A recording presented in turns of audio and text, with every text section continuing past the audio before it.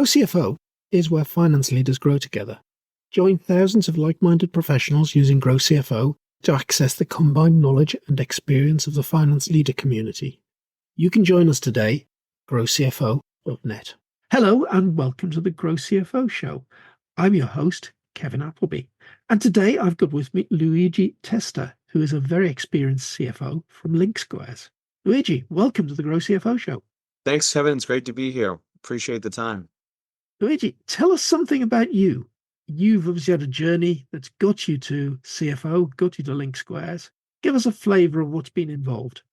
Yeah, it's been a great journey. I started at the company when we were only a couple million of revenue, and now we're well above that, grown over 100% for the last handful of years since I've been there, and even before that. What got me here, a number of things. I think the two founders I've known for a handful of years, two great guys, Chris and Vishal, and really loved the business and the idea in the product market fit, and kept tabs in the business as it grew, got to a few million of ARR. We realized, these really something special here, and decided to jump on as CFO in the business. I knew some of the investors as well in the company, so it felt like a natural sort of progression. But before that, I've worked in strategic finance, FP&A. I started my career in venture capital right out of college and got a degree in finance. So great next step for me. I like technology a lot. I like finance. I went into venture and then started working for companies that were private equity backed and venture backed. You get more involved and understand how a business operates and understand how you actually build a business, what works, what doesn't work, and ultimately landed at LinkSquares as CFO. And my prior role, I was at a private equity backed technology company in the real estate space. I came in, 20-year-old company. I came in to help clean things up, get it more in a position where we could grow the business organically and also grow it through acquisition. So we built an M&A platform, and I headed up corporate development for a handful of years there until I had a wonderful opportunity to move over to LinkSquares. And the rest is history. It seems like it was so long ago, but time has certainly flown where we've come along in our journey, raised a whole bunch of rounds of financing. Tell me a little bit more about LinkSquares. What does the company actually do? LinkSquares, we're a legal tech company, an AI company, Boston-based. Essentially what we do is we help legal teams move their business forward faster by automating really simple tasks that they do on a regular basis, like contract review, analyzing, understanding their contracts. And outside of contract, we do a lot for them too, things like project management. You think about all the work that a legal team has to get done. How do they prioritize? And so we help them with that as well. At the end of the day, we want them to be able to be more strategic in how they run their business and be more efficient. And this is a tool that allows them to do so. And I think, this is a CFO podcast. So if you think about it from a CFO's perspective, if I were to use NetSuite as an example, a lot of companies out there use NetSuite or QuickBooks to close their books on a regular basis. You would never close your books, even at like $2 million size company. You would never really do that in Excel. And attorneys are doing that right now. In-house counsels are doing that right now effectively on the legal side. So we're giving them the tools to get out of Excel, closing their books, into a real system that makes them more efficient and the process repeatable and easy. Brilliant, brilliant. So quite a market, very well-defined customer, great tech product, and AI in it as well, powering it along. So you said as you introduced yourself that there's a great growth journey there. So you must have navigated quite a lot of growth there. Tell me a little bit about navigating that growth. Sure. It's certainly been a journey with a lot of ups and downs, certainly more ups and downs. And I think in general, you can create a plan and don't ever expect that plan to go exactly the way that you had set out. So being able to pivot as you go along the journey and understand what makes sense for the business is really key. And I think as I look at the business as a CFO, is really key that you are able to scale along with the business. So as the business is growing, making sure that business doesn't outgrow you. And some of the ways you can do that are leveraging technology, bringing in great experts into the finance org in particular. I'm not a CPA by training. I grew up in kind of the more of the finance, FP&A, strategic finance world. So making sure when we get to a certain scale that we have CPAs in the company that can do the more technical things, that was really key for me. So hiring great people to come along the journey with you and to contribute and to build value in the business and also in the finance org has been a really great part of it. Outside the finance orgs that we could sort of go down and talk about, I'm also happy to do that. Yeah. To what extent do you get involved in implementing the growth strategy as the CFO? From a lot of different angles, I think about the modern day CFO, and I think initially call it 10 years ago, a lot of the folks that were CFOs were accountants by training, right? So the job was really come in, make sure you close the books, make sure that there's cash in the bank, make sure people get paid. It was really finance centric, finance focused. It still is. Finance is obviously a huge part of the CFO's job, but I think that it's just table stakes. You need to make sure the trains are running, and that's assume that it's just going to get done. But outside of that, it's playing a very strategic role in helping figure out what the direction of the business is going to be. And that part of that is figuring out when are we going to fundraise, figuring out when are we going to invest in building a new product? When are we going to invest more in hiring, more salespeople to do more revenue? When is the right time to do that? And I think a lot of it comes back to the CFO because you're ultimately going to be tasked with how can I measure an investment that I'm making and understand if I'm going to get ROI out of it. And then if I'm not, where can I be accountable and where can I pivot? And helping the company and the team do that, that's a big part of the job. I think I look at the finance group in many companies and I see them as the GPS for the business. We're not running the company. That's the entire management team's duty to do, but we're providing a lot of guidance through data and through looking at trends in history and helping figure out what the future could hold. So do you think that FP&A background is something that gives you an advantage as a CFO in that process? I think your strengths and your experiences, you just need to play them up to and leverage them to based on what your personality traits are and what you want to be. For this business in particular, we're a SaaS company. And as far as the complexity on the accounting side, there's no inventory. So it's relatively low and easy to get this business started. So I think on the FP&A side, we're really fast growing. We need to be really calculated in how we think about the next moves that we're going to make and how we can show that we're progressing at the level we should. And when's the right time to hit the gas? When's the right time to slow things down? That's all really important. So I'd say, yeah, having an FP&A background has been super helpful. And one of the companies that I was a part of went public. One of the companies, my last one, Building Engines, we got acquired by a strategic. So I think having those experiences are really important. I would say having been in FP&A is not just the key. It's more of what actually happened while you were there. Because I could have been in FP&A and just been fly on the wall at a really large company and taking all that in. I don't think it would be as helpful if I'd had that role coming into LinkSquares based on just the variety of things that I've been able to see. I often think there's an interesting little dichotomy there between being the team member in a very big company and probably doing a lot of routine things where perhaps the name of the company is very prestigious versus going for a smaller company where you're more involved in a lot of things.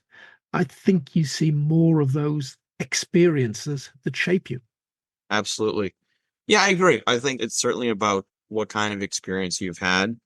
And I think a lot of these large companies are great because they provide excellent training programs, but I think they also provide a ton of resources to get the job done. And when you're at a $2 million company, which I started LinkSquares as a $2 million company, you don't really have all the resources at your disposal. So you're doing HR, you're doing IT, you're packing up boxes to move, right? You're trying to figure out what's the best use of your time and when you have 150% of your day already committed to doing something. So at the end of the day, you want to be able to leverage yourself and build the most value in the business as possible with the resources that you have. And I think where the big company experience comes in is as you grow and scale, you need to adopt more mature processes and ways to get things done because the way that running the finance org and the entire company is entirely different than we were in 2020 when I started. Yeah. And I think a lot of our audience will resonate with that position. You're in a $2 million company, having to be jack of all trades, do lots of different stuff that you wouldn't probably associate with the CFO. I guess one of the challenges there, Luigi, is breaking out of that and repositioning yourself as in the CFO role. How did you find that went? Was that an easy transition? That's a great question. I think of it as a challenge. I think it's really developing an appreciation for all the things that need to happen in the business for it to function. Did I want to be packing up boxes when we moved our office because we kept outgrowing it? Not necessarily, but you really develop an appreciation for, look at this is how far we've come. This is really great. And these are all the other things that a business needs in order to function that nobody really thinks about. So from that aspect, I really like it. You're earning your stripes as you go along. And then you reach a certain point of success within the business. The company's hit a certain revenue threshold where you physically and from an ROI standpoint, it doesn't really make sense to do all those tasks. And if you keep doing it, something's going to break and it's probably going to be you in some other parts of the business. So knowing when is the right time to get out and hire and build up other teams to support those functions. Like when I started, like I was saying, we didn't have an IT function, and today we do. If we had to continue over the next couple of years of me supporting and running IT, we'd be a total disaster. We're a technology internet company. It'd be really bad if I was the one that was helping head that up. So I think, generally knowing when the right time to make a move on scaling up certain functions, that's really important. And you can also do the opposite in some cases. If you scale up too quickly, then you can also find yourself in a bad position. So it's really about balancing the resources and understanding where you're going to get the most bang for your buck, especially in the early days, because your resources are definitely not unlimited. And then as you get more mature in your company's life cycle, the amount of scrutiny that goes into what you're doing with your resources is a lot higher because the investment is a lot higher from an investor's point of view. So it doesn't get easier as you get bigger. The stakes get higher and the treadmill starts running faster. It's just a different kind of experience. I always think that you're about that $2 million company, that the CFO or the finance leader, because a lot of folk at that level aren't necessarily referred to as the CFO, you get the jobs that nobody else wants to do. You naturally inherit your facilities management is a classic one. That's right. Yeah. Picking up the IT bits. You might have this great team developing the product, especially if it's a SaaS product, but no, running your own IT, the back office systems, that falls to the finance leader normally because nobody else wants to do it. So yeah, it's a challenge, keeping all that on, realizing the right time to step away. But thinking of that journey, you're going from that $2 million company to where it is today. You must have been through a few fundraisers. Sure. As soon as I came in, we were raising our Series A. It's a $14.5 million round right before COVID, all the way to our Series C when we raised $100 million at the beginning of 2022. And those two fundraisers were very different. In Series A, when you're a couple million of ARR, you have limited data, limited history, limited ideas of, an investor has limited ideas of what the business can really do. They're investing in the team at that point. And taking a chance on the vision. Exactly. They're taking a chance on the vision. That those folks are taking the most risk out of any of the investors in the different successive rounds. Each round is less risk, obviously. So the story and the fundraise and the pitch is a lot different in a Series A than it is in a Series C. And I think there's a lot of sort of checks and balances on, do I believe this company has the right product market fit? Do I believe the team is a team that can take it to 50 million, 100 million, even 10 million, right? So doing diligence on that is really key for an investor. And those are some of the things that they look into. But I would say one of the things that's very common in all the fundraisers that we've done and why we've been very successful is, and this is even, it predates me. I had a wonderful person working on the financing before I got there, and she did an absolute fantastic job of keeping everything pristine, books, great notes, everything was in order. So when you're doing diligence and you have everything in order, it just eliminates any doubt that the company is able to be, if your house is in order, they're going to wonder less about other things, right? If you can't produce basic financials, they're going to be like, if these people can't produce financials, what else can't they do? So having those things in a good spot is really key in all your fundraisers. And one of the great things about our Series C fundraisers, not to jump too much around, we've been leveraging a tool that we built called Analyze. LinkSquares has a tool called Analyze that allows customers to see what's inside their contracts. And a lot of times during a fundraise, what does an investor want to see? They want to see how many client contracts you have, if these contracts are all pretty standard, if there's different variances in the language. Are they actually good contracts? So being able to produce any number of those contracts and report on what are the key terms in a matter of seconds was actually hugely impactful, especially in our Series C, because the volume just keeps on increasing. We did our Series C in under 70 days, and a lot of the success and speediness of it was because we had amazing tools like ours, and because we built really good processes around FP&A and accounting just to have all the answers just ready to go. And we also went through the last two fundraisers. The investors hired outside firms like PwC to do a quality of earnings and just an overall audit on the business to make sure what they were investing in, there weren't any hidden surprises. And we were able to pass those with flying colors. So it goes back to, I think, one of the really important key themes that I tell a lot of folks that are in fundraising is you're not waking up one day and saying, I'm going to go do a fundraise. Let me get the house in order. It's a discipline that you need to make sure you're carrying out every day. So when you get to that point, it makes it a lot easier and more streamlined. And you can't really go back and recreate everything when you decide to do a fundraise to be neat and tidy and ready for investors. So even if you're not immediately planning a fundraise, get your house in order now is lesson one. There's no reason not to. And even your existing investors, they should expect and demand it. And if you aren't giving that to them, if I'm on the other side of the table, I would be very skeptical of what else is the team not doing. Yeah. So we've talked about financials. We've talked about having clean data. We've talked about those tools that you've been able to use to analyze contracts. Just a thought there. Have you thought those tools are primarily based at the legal market? Have you thought of maybe there's another use of those tools to other CFOs going through the process you are? 100%.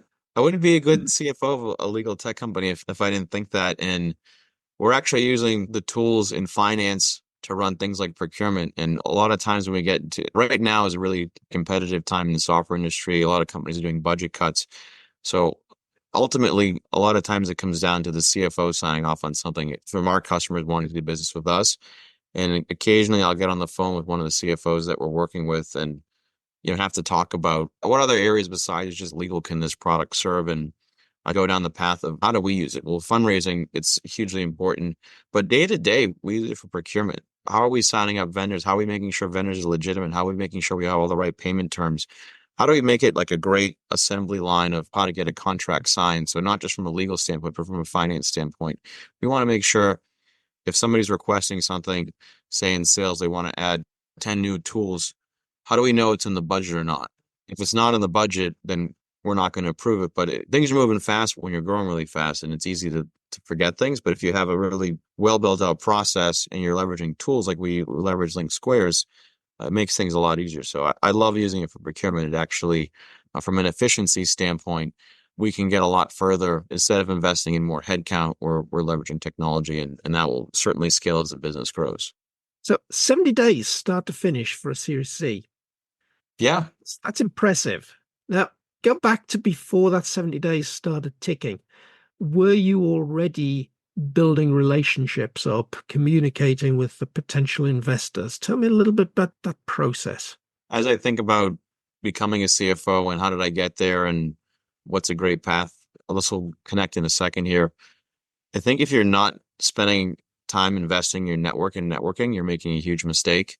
So how did I get to LinkSquares? Well, I had the two founders of my network. I had the investors of LinkSquares, my network. And on an ongoing basis, I'm having calls with investors in the company and outside the company, just as check-ins, talk about how the business is doing, talk about how we're thinking about the future, talk about how we're thinking about our results from the past. What are the new products that we're sort of noodling on to introduce to the market? Doing those regular check-ins is very powerful because you build a relationship.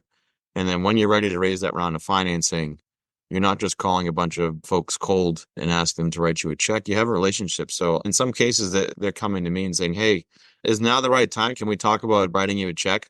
And that's the best thing that could possibly happen because you both know each other. You have an existing relationship. You understand how they want to work with the business. That's a really important relationship. It's not just about the money. It's what is in the partnership that's valuable to the company and helping bring the business forward in a meaningful way. So we certainly weigh that over, can this person just write the check? And the only way to really establish that and get that sense of, oh, this will be a good partner is to build a relationship with them before. And it starts years before you sign a term sheet. What practical things do you do, Luigi, to keep those relationships warm? It's just making sure you water the plants in the garden. I mean, if you talk to somebody and you think they're a good person and you have them in your network, you met them once or twice. Make sure you reach out to them every now and then and say, hey, do you want to grab coffee? You want to catch up for 10 or 20 minutes? It's like really simple things that I think help you maintain those relationships. And it's also doing something for them. Hey, I talked to a CFO at this company the other day. It seemed like it would be a good fit for somebody like you who invests in XYZ SaaS companies. How about I make an introduction for you? And then you're also helping somebody else out. So I think it's about helping folks out when you don't need something and connecting folks in a way that's meaningful and impactful for them because Nobody starts out with a network pre-built. They have to get it built somewhere. So returning the favors and work that other people have done for you when you were in that same position is really key. And I'm a big believer in everything comes full circle at some point. So that's why I continue to do things the way that I do. And outside of just the networking and fundraising point of view, it's a great place to build almost like your personal advisory board too. So a lot of uses for it. Brilliant. I run Module 5 in our Future CFO program at GrowCFO. We talk all about networking, and I think you've highlighted a lot of things that I teach in that module. One of the things I do right at the end of the session is, right, now we spent 2 hours talking about networking. Now write down the names of 3 or 4 people that you haven't spoken to in a while, and promise me that in the next week, you're going to pick the phone up and call them. Absolutely. It's almost like it's part of the job. That should be this. I'm going to talk to 3 or 4 folks every week that I haven't checked in with in a while. And if you just get in the habit of doing that on an ongoing basis, it makes things so much easier. Brilliant. So thinking back to that fundraise, Luigi, and we've done this in 70 days, due diligence is a big part of that process. Now, there are always questions in due diligence that come and hit you from left field. Did you experience many of those questions you weren't expecting or quite prepared for, didn't quite have the answer for? In due diligence, so you should go into due diligence having a preset number of items in your data room that are probably going to cover 80% of what investors ask you. And you're going to do your pitch with the CEO of the company and sort of run through the business. And they're either going to be excited about it or they're going to pass. They're going to say, this is not for me, which is fine. Most of the investors pass on a business, right? And then you get to that next phase. At that point, it's time to say, okay, this first day went really great. I like what I'm hearing. I think we can get married, but I want to learn a little bit more about you. So a lot of times it becomes financial, especially in the series C or B. So when they want to learn more about you, that's when you get then the opportunity exists to let them into your data room and understand, like, how is the sausage really made? How are the financials looking, right? And take all the raw data, do whatever you want to do to it. Every investor has their own way of analyzing companies. They build models around doing it. So they're going to take your raw data, they're going to run it through that. Then they're going to ask you a whole bunch of questions if they're still interested. But I think if you have a really good data room with really simple things like your customer list, and it should be anonymized when you start out, your financials, your history of, if you're a SaaS company, what's your ARR waterfall, like things like that, that puts you at a huge advantage because any interested party is going to ask for those things right off the bat. So giving them that right away makes things a lot easier. You can shortcut a lot of the questions and analysis and back and forth of requests. Once they've done their analysis, then you're going to sit down with them again. And there's a whole host of other questions. And so to circle back to the original question, is there anything that hit me out of left field? I would say no, because I would say 85, 90% of the questions you get following that initial phase of diligence, they're all the same. So there was no question that was asked me. I have no idea what this is. But I will say in some cases, an investor will ask you for a certain piece of diligence or a certain analysis on the business. And I think it's more of an opportunity to have a conversation if it's something you don't have and say, well, actually, I know you're asked for X, but this is not actually how we run the business. We gave you the raw data. This is how we think about it. And that gives them a perspective on how you actually run the business and how this is more applicable and valuable to the way that they're thinking about it. And I would say as far as metrics, you should never create metrics that are just for investors. The metrics are actually for you, for the company to run and be accountable for off of. If you're creating metrics as a way to please investors and make them happy, it's like a completely wrong way to do it. You should be doing it so you can run your business effectively. And generally, those two things should align if you're doing it the right way. So yeah, I wouldn't say we got hit out of left field by anything. It's just more of how much time do you want to invest with each investor and into the relationship, into the conversation based on their level of interest. I think there's also a tendency, especially for earlier stage companies, to go way overboard with diligence because it's like information overload. The more they give, the better it's going to be. But if it's tight and crisp and it's not a ton of things, I think you're in an even better spot than giving additional things that'll make things take longer and ask and warrant more questions because they don't understand things. That was a lot in that sort of blurb, but I think I got you back to where you needed to be. Yeah, good answer. I like that one of spinning it around when the question comes in, you perhaps haven't got the data for it. It's spin that back around to, no, but this is how we run the company. So you can go deeper into the understanding. Right. So anything else you'd say to a prospective CFO maybe going in, looking at their first fundraise. Any other tips for getting yourself set up to do that successfully? I would say going to your first fundraise, you shouldn't see it as a like a very daunting moment. It's actually a moment for you to thrive. And this is the exact reason that you got hired as a CFO in the business to do things like this. So it's really an opportunity for you to shine. It's really an opportunity for you to show the business in a very positive light, show all the great accomplishments that you've achieved, you being the business or you as the business. If you look at it from that point of view, it becomes almost fun. Like I actually like fundraising. I think it's like a really exciting time. There's a lot going on. You're talking to a lot of people. You're learning a lot about different firms. So I think if you approach it from that point of view, it makes the journey a lot more fun and less stressful. If you approach it from the point of view, oh, we need to do this because we're out of cash and the business is going to die, then it's just not as fun. So it's really, I think it's about your mindset and your approach to some degree as you're thinking about a fundraising. I would say the earlier fundraisers are harder as a CFO and also for investors because there's less historical data to go off of. So it's really about making sure that your forecasts are crisp, that you understand all the unit economics that you're putting into them, because a lot of times what investors will do is they'll go through your models and they'll ask you questions about your assumptions. And that's like the glue that effectively holds these models together. And that's what they're underwriting your ability to forecast the future to some degree and also it to be believable.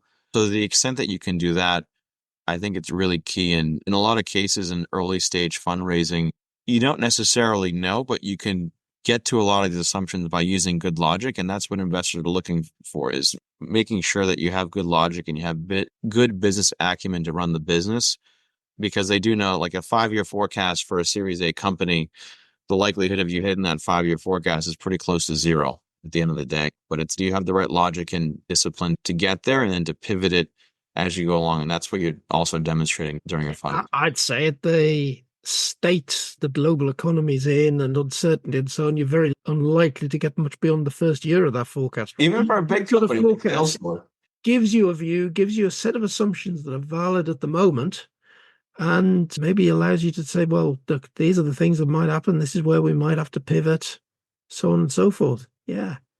Luigi, that brings us really talking about the kind of the economic climate at the moment. 2024. What do you see as the role of the CFO? How's it changing? I've certainly been talking about this with a lot of my CFO peers. I think the role of the CFO is shifted from just, especially in technology, how do you grow as fast as you possibly can, to how can you grow in a healthy way and have the right balance of efficiency?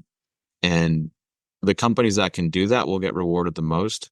The ones that are just growing and not worrying about efficiency are not going to be rewarded, and they'll run out of cash ultimately. So the role of the CFO, I think, changed pretty significantly last year in 2023 when we had some macro headwinds. Every business did, just different things going on globally that made sort of the buying experience for customers a little bit harder. It introduced budget cuts and people doing reductions in forces. So it just made the general selling environment harder. And then when there's stress on that, it puts stress on the rest of the business to be more efficient, to do more with less. And a lot of times it comes back to the CFO, where the question's like, well, the company needs to figure out how to do more with less, and you need to be the sort of the project manager to help us do that. And it's about really taking a step away from being the bean counter, the accountant, or the CPA, making sure the books are done in the business, and getting involved in the other parts of the business to help your peers on the team, your person that runs sales, your person that runs product, understand, first of all, like what they have. How many resources have I accumulated over the last handful of years when we were growing really fast? What is the output that we're getting? And then looking forward, how do I get more out of those same resources? And how can I add as little as possible and still achieve the same level of output? And I'm not talking about just sales. I'm talking about engineering. How do I get the same amount of code, if not more, out of the same resources year over year, when I know I'm going to have to maintain more products and I'm also going to have to introduce new products? So that's a really important key thing for the modern day CFO, is that efficiency component is tremendously important. And if you talked about profitability and efficiency in 2021, a lot of investors just didn't care about it. And now it's the opposite. Now they care about how do you maintain that healthy balance in order to stay relevant in the business. So I think the CFO has a really good pulse on that.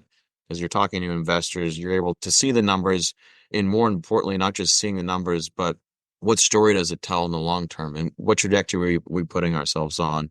And in today's environment, you want to have the most optionality possible. So if you're hitting the gas too hard in one area and you're not able to pull back, then that makes things a lot harder for you in the future if things change or if the economy stays the way it does. Yeah. I guess that the one thing that allows us all over the business to do more with the same resources is AI coming into things in a big way. Absolutely. We're an AI company. AI just wasn't cool a couple of years ago. So we were the nerds that liked AI before it was cool. And now every investor conference that I've been to, every CFO that I've talked with, there's some part of the discussion that involves AI. So it's great to be an AI company today, and having done it for the last 8 years is even more Yeah. amazing. Getting a head start is fantastic. I think AI is great. I'll put it under one big umbrella, but when I think about AI in a business, I think about it as your ability to create leverage. So leverage and efficiency. And how does that happen? It's a way for you to create more automation. It's a way for you to not do the things that are mundane tasks and things that are on the factory assembly line. How do you find a machine to do that for you? And that's the answer that AI provides. So you can get tremendous efficiency gains using AI in a business if done the right way. If you don't do it the right way, the opposite thing will happen, right? So you need to be really careful and calculated with what tools you're leveraging and where you're leveraging them. I would never use a tool to write our board decks. You just can't do that. But for something like accounts payable, that makes a ton of sense. Like, why not use AI there? Because it's a transactional, workflow. But I must admit that just this week, as we're recording this, I've got a hold of Microsoft Copilot Pro for the first time, because that's really only just literally in the last 2 weeks been released to everybody publicly. Right. And I'm certainly finding that making a big difference with certain things that I'm doing within GrowCFO.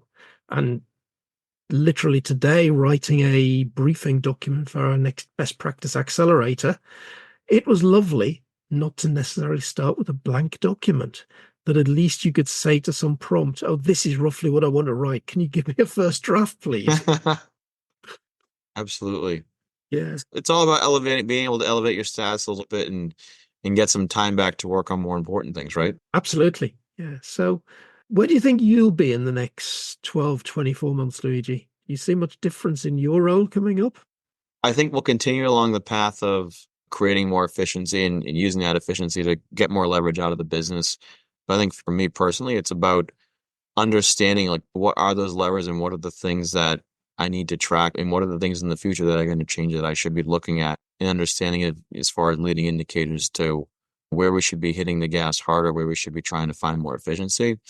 And this is a new thing in the last, call it 18 months in most businesses, which is like we were just talking about, getting more efficiency out of things. So I think the next 2 years, I think it's going to be more of the same.